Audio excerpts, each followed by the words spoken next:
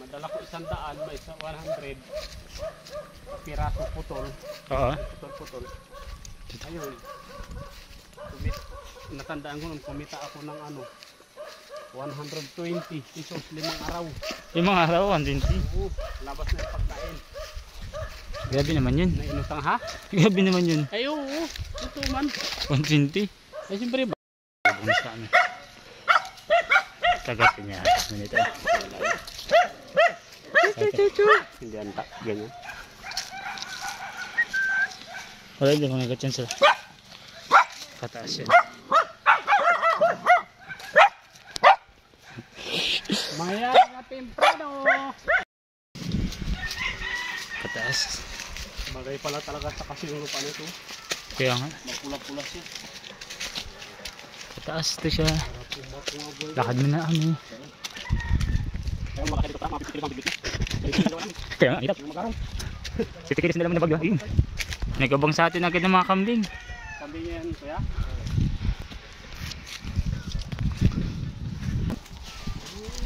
Grabe, pababa yan siya at pataas.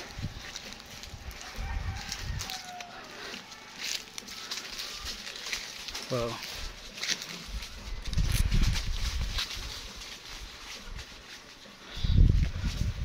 Ang ganda dito tayo nyo tayo. Yung kalsado. Pataas talaga ito siya.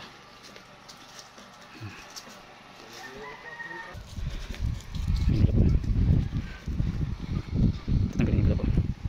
Pataas ka na eh. Pataas dito, pataas. Yun na, natanggal na nito tayo yung kalabaw. Napakasaya dito, niraan sa bukid. Sige lang. Magsabat ko na, silag sa kuya mo. May anak pala siya tayo. Ang cute naman ng anak niya.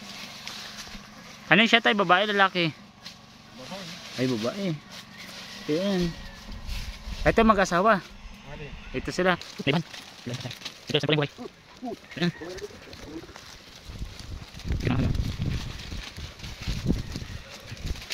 Mag-asawa itong mga kalabaw. Sabay. Ito yung anak nila, maliit lang. Yan. Yan mag-asawa. Ito yung babae. Anak na babae din sa buong lalaki doon. Sa tatay naman yung may-ari. Palawakan. Ito kalabaw. Nailag ka tayo. Dito sa bababa na kami.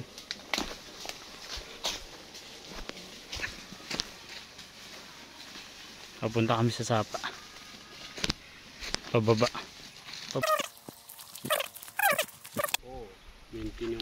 Ito yung sapa-sapa ng mga kalabaw. Alright. Dito lang pala iniwan ni tatay yung kalabaw.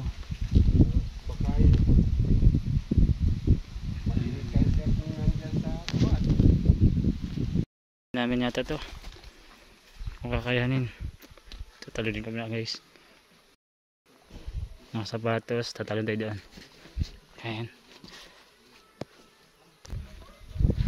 Naligo, ito yung bibi nila.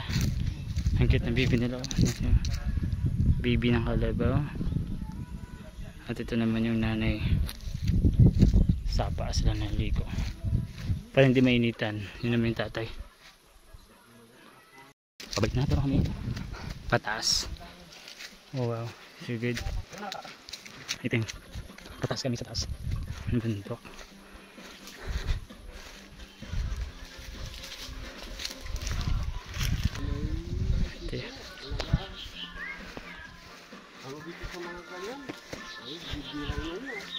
Ito yung taas din.